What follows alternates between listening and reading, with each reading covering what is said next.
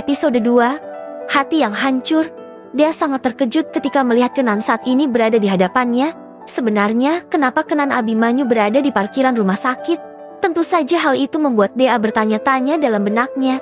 Dea bisa melihat Kenan menatapnya dengan tatapan yang tajam, namun penuh dengan berbagai macam rasa yang bergejolak di dalam bola matanya.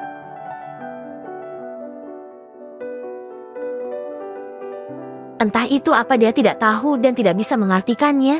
Ada perlu apa-apa? Bapak Kenan, tanya dia dengan bahasa yang formal, berusaha menjaga mimik wajahnya agar terlihat baik-baik saja. Jujur, sebenarnya dia ingin sekali berlari atau bersembunyi dari pria itu. 1 jam lebih dia berusaha mati-matian untuk menjaga hatinya agar tidak lagi sakit dan terluka. Hanya karena melihat Kenan dan sang istri melakukan program kehamilan. Ya, apakah Kenan tidak bisa melihat bagaimana dirinya mencoba menghindari tatapan matanya saat pertama kali berjumpa kembali? Ambil ini, di situ ada nomor teleponku. Kuharap nanti kamu menghubunginya, ujar Kenan masih dengan tatapan yang tajam dan datar. Dia sedikit linglung, tapi kemudian dia tersadar kembali ketika melihat kartu yang dibawa oleh Kenan. Sebuah kartu nama.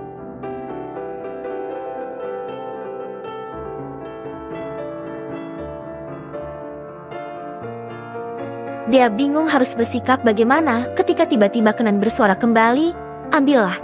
Hubungi aku nanti malam." Oh, baiklah. Dia mengambil kartu nama yang tadi disodorkan oleh Kenan.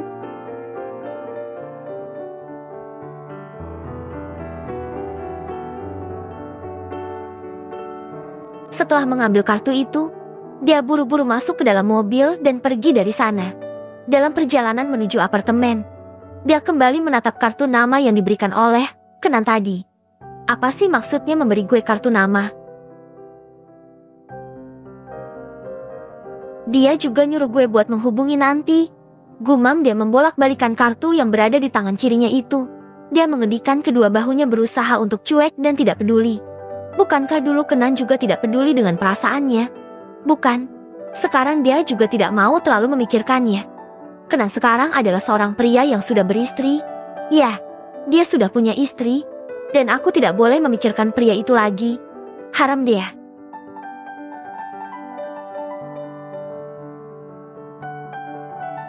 Wanita berambut coklat lurus di bawah bahu itu langsung memarkirkan mobilnya di basemen.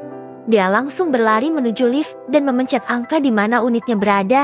Setelah sampai di apartemen, dia langsung merebahkan tubuhnya di atas ranjang. Setelah seharian ini, dia merasakan tubuh dan pikirannya sangat lelah. Apalagi dengan bertemunya kembali dengan Kenan Abimanyu, pria yang dulu menolaknya.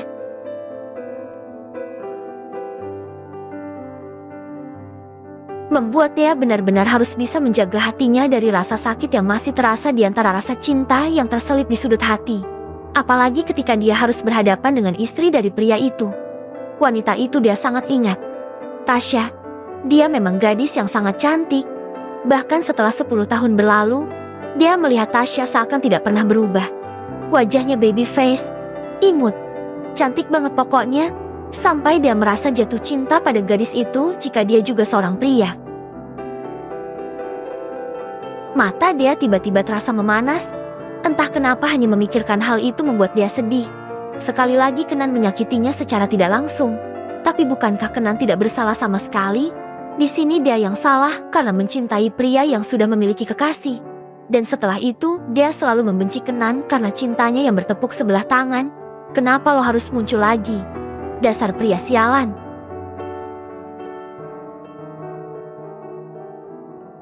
Gue benci sama Elo. Kenan Abimanyu. Dia melampiaskan kemarahannya pada sebuah boneka beruang berukuran besar. Boneka yang sudah sejak dulu dia buat samsak saat merasa ingin memukul orang.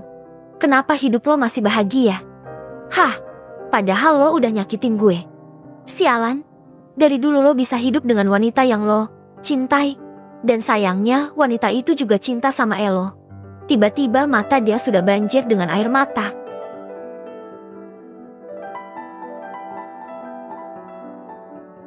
Dadanya terasa sangat sesak saat teringat akan kisah hidupnya yang begitu tragis.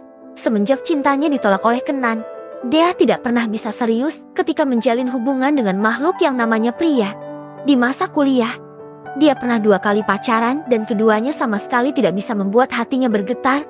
Ketika awal bekerja, dia juga sempat berpacaran dengan dokter senior di rumah sakit yang dulu.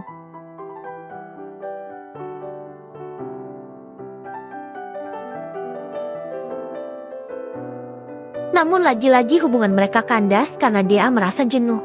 Kekasihnya sangat sibuk dan hampir tidak ada waktu untuk Dea. Meskipun keduanya sama-sama sibuk, tapi Dea selalu ada untuknya. Tapi kekasihnya itu sama sekali tidak bisa mengerti dirinya. Di bulan ke-7, dia meminta putus dengan alasan yang sama. Dia ingin fokus terhadap karirnya, padahal semua itu hanyalah alasan karena dia belum juga merasakan getaran di dadanya.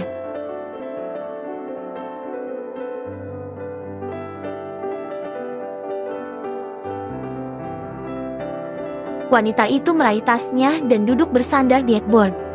Dia membongkar tas itu dengan cara menumpahkan segala isinya di atas tempat tidur. Dia mengambil kartu nama Kenan. Sungguh dia tidak tahu apa yang diinginkan pria itu.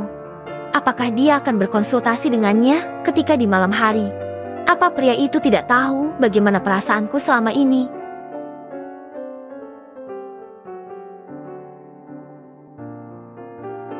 Bagaimana hancurnya hatiku ketika dia dengan tidak berperasaan menolak pernyataan cintaku? Lalu apa yang harus aku lakukan sekarang? Dia memejamkan matanya. Setelah beberapa detik, akhirnya wanita itu membuka kembali. Kemudian dia menyobek kartu nama itu menjadi bagian kecil-kecil. Tentu saja aku tidak akan menuruti permintaanmu, Kenan Abimanyu. Melihatmu saja membuat darahku langsung mendidih. Kalau bukan karena konsultasi itu, kita tidak akan pernah bertemu.